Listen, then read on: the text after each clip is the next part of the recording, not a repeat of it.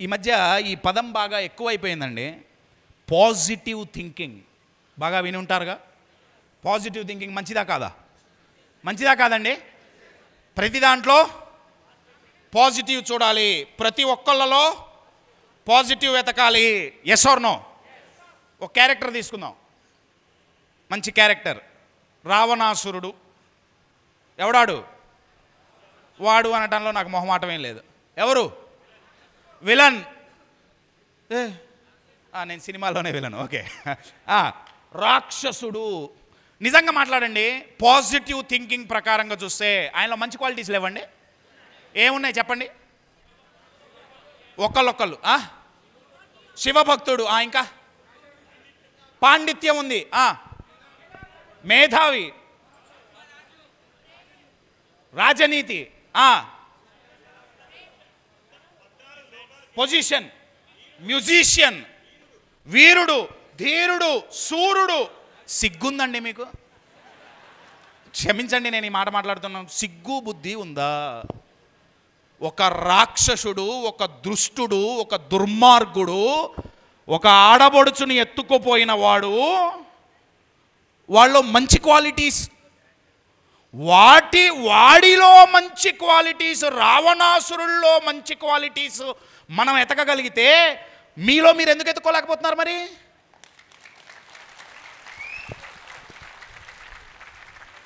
ఏది నా cover? Thank you.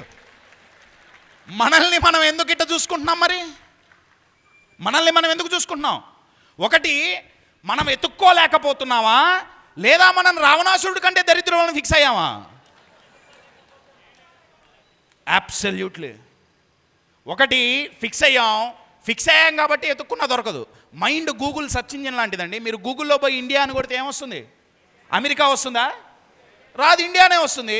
America అని కొడితే అమెరికా వస్తుంది.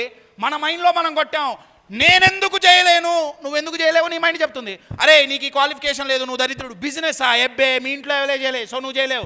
బిజినెస్ ఎట్లా చేస్తావురా, నీకు ఎక్స్పీరియన్స్ లేదు. ఎట్లా చేస్తావురా, నీకు ఇది లేదు, నీకు ఇది లేదు చెప్తుంది. వాడి వల్ల అయింది, నా వల్ల ఎందుకు కాలే? మైండ్ని మిమ్మల్ని మోటివేట్ చేయదండి. Mind doesn't work that way. Mind Robo సినిమాలో రోబోట్ లాంటిది.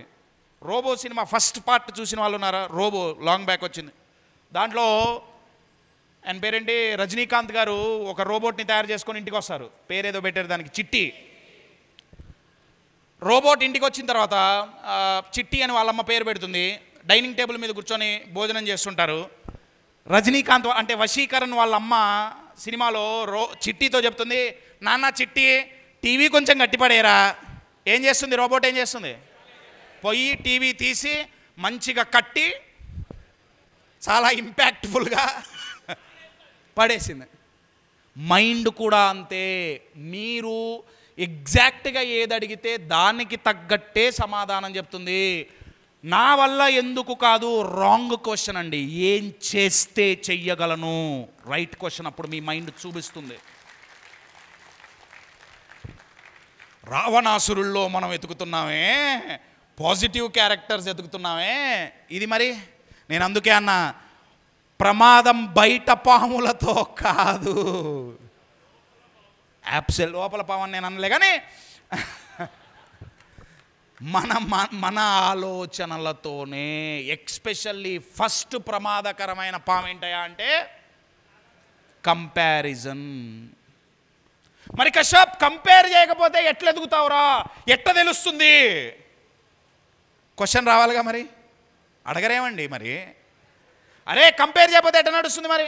నేను అంత దూరం పోవాలనుకుంటున్నా, ఒకడు పోతున్నాడో లేదో మనకు తెలిస్తే కదా మనం ఇంప్రూవ్ అవుతున్నామో లేదో తెలిసేది. ఎలా తెలుస్తుంది? ఈ క్వశ్చన్ మీరు రెడీగా పెట్టుకోండి. మీరు కంపేర్ చేసుకున్నప్పుడల్లా, లేదా మిమ్మల్ని ఇంకోరు కంపేర్ చేసినప్పుడల్లా, are you feeling better or bitter?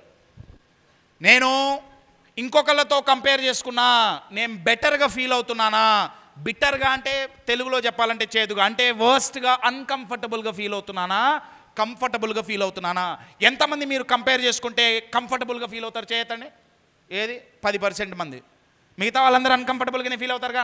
ఎంతమందికి నచ్చుతుందండి కంపారిజన్ చేసుకుంటే? మిమ్మల్ని వచ్చి ఎవరన్నా కంపేర్ చేస్తే ఊరుకుంటారా?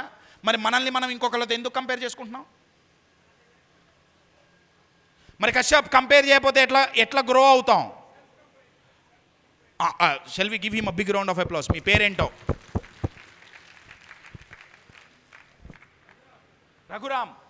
రఘురామ్ గారికి ఇంకొకసారి చప్పట్లు.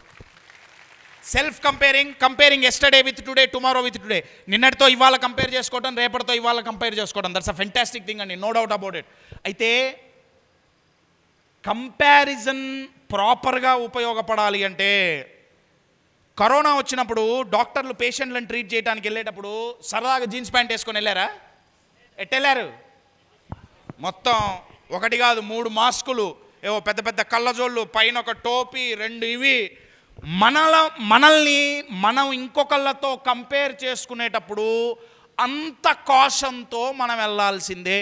ఏమని చేసుకోవాలయా అంటే, రే నువ్వు ఇంప్రూవ్ అవ్వాలి, వాళ్ళలో ఆ క్వాలిటీ ఉంది, నీలో ఆ క్వాలిటీ లేదు, తెచ్చుకో. కానీ నువ్వు దరిద్రుడు కాదురే, అవతలవాడు గొప్పే, అవతలవాడు గొప్ప అనుకోవటంలో తప్పలేదండి. కానీ అక్కడ మనం ఏం చేస్తామంటే కామా పెట్టి అవతల వాళ్ళు గొప్ప, నేను వేస్ట్ కానీ, అబ్బే నా దగ్గర ఏం లేదు, అబ్బే నేను దరిద్రుడు. You are getting my point?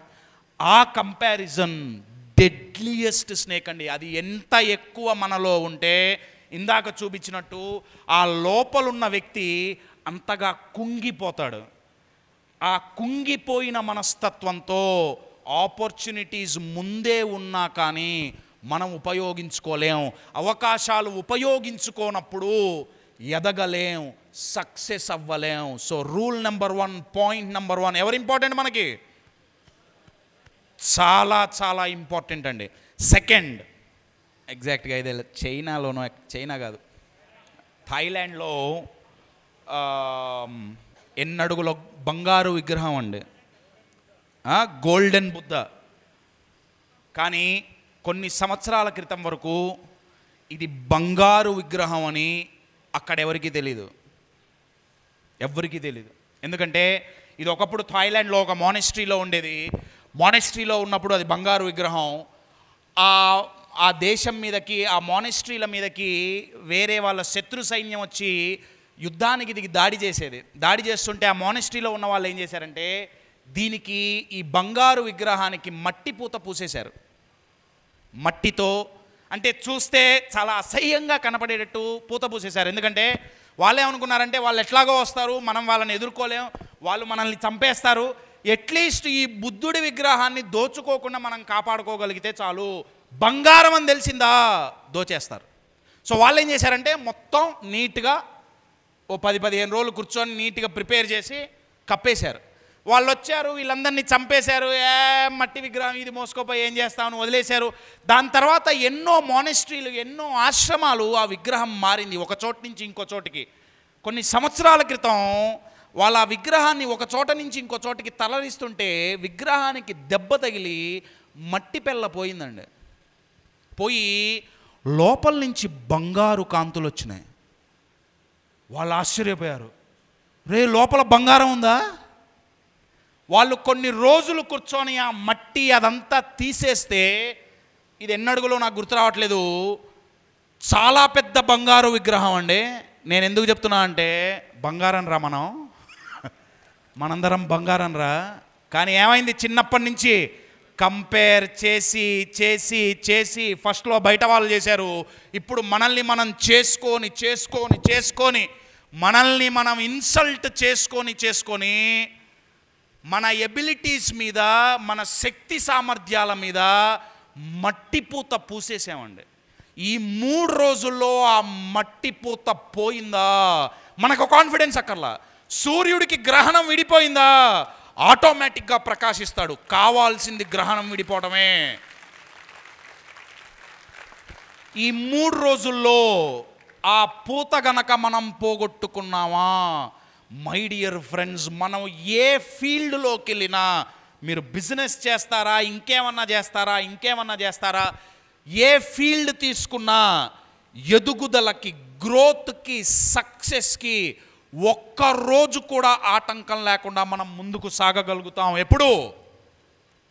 మన కెపాసిటీ మనకు తెలిసినప్పుడు. అది పేరులోనే ఉందండి. చిన్నప్పటి నుంచి కంపేర్ చేసి మనకు చెప్పింది ఇదేగా, రే నువ్వు దేనికి చేతలేదు, నువ్వు పనికిరావు, ఈ 3ఏగా చెప్పింది మనకి. యూ కాన్ డూ, నువ్వేం చేయలేవు. జనాలు మన చుట్టుపక్కల వాళ్ళు చెప్పింది. యూ కాంట్ అచీవ్, నువ్వు సాధించలేవు. నువ్వేం చేయలేవు, నువ్వు సాధించలేవు. యు ఆర్ నాట్ ఇనఫ్, నువ్వు సరిపోవు. ఒకప్పుడు బయట పాములు చెప్పినాయి, ఇప్పుడు మనకు మనమే చెప్పుకుంటున్నాం.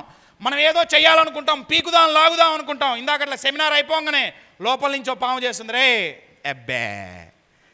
కాశ్యప్ చెప్పిన స్టోరీ వర్కౌట్ అయింది, శ్రవణ్ గారు చెప్పిన స్టోరీ వర్కౌట్ అయింది, గురూజీ గారు చెప్పిన స్టోరీ. అరే వాళ్ళు అదృష్టవంతులరా, దరిద్రుడా నువ్వు, నీ వల్ల ఏమవుతుందిరా అబ్బే అనంగానే మీ మైండ్ కాలర్ పట్టుకొని దవడ పగిలిపోయేటట్టు కొట్టండి, అప్పుడు ఆ దుమ్ము పోతుంది. Your getting my point. ఈ 3 పోయినయ్యా, ఇప్పుడు ఇందాక స్లైడ్లోకి వెళ్ళిపోండి. అది పోవాలి అంటే ఆ 3 మన మైండ్లో పడి మనం ఏమనుకున్నాం, మనం డిఫెక్టివ్, మనం డిఫెక్టివ్. మనకి చెప్పింది అదేగా, రే నువ్వు డిఫెక్టివ్, పనికిరావు. డీ తీసేయండి. ఏమైంది, ఏమైందండి? ఆ డిఏ డౌట్ అండి. మీ మీద మీరు డౌట్ పడటం మానేస్తే ఆటోమేటిక్ ఎఫెక్టివ్ అండి మనం. అయితే ఆ ప్రాసెస్ తెలిసి ఉండాలండి. ఇదేదో ఒక్కరోజు జరగాల్సింది కాదు. మొన్న వరల్డ్ కప్ ఫైనల్ మ్యాచ్లో విరాట్ కోహ్లీ ఇంటర్వ్యూ చేసి నేను షాక్ అయ్యాను. ఆయన అన్నారు, ఫస్ట్ 3-4 మ్యాచ్ల్లో నాకు కాన్ఫిడెన్స్ లేదు, అందుకే నేను సరిగ్గా ఆడలా. కావాలంటే మళ్ళీ ఆ ఇంటర్వ్యూ చూడండి. ఏం లేదు ఆయనకి. ఎవరైనా విరాట్, ఆయనకే లేకపోతే ఆయన ట్రాక్ రికార్డ్ ఏంటి, ఆయన అచీవ్మెంట్స్ ఏంటి, ఆయనకున్న కెపాసిటీ ఏంటి, ఆయనకున్న దమ్ ఏంటి. ఆయన ఏమన్నారు, కాన్ఫిడెన్స్ సరిపోలా. ఎందుకు సరిపోదో తెలుసా, మనం ఎప్పుడో అవసరం వచ్చినప్పుడే కాన్ఫిడెన్స్ను ఉపయోగిస్తాం. నేను మీకు ఒక ఎగ్జాంపుల్ ఇస్తా. రోజు మన మైండ్కి చూపివ్వండి, మన దమ్ ఏంటో మన మైండ్కి చూపిస్తే రోజు సక్సెస్ గ్రోత్ నేను ఇందాకన్నట్టు బానిసై బతుకుతుంది.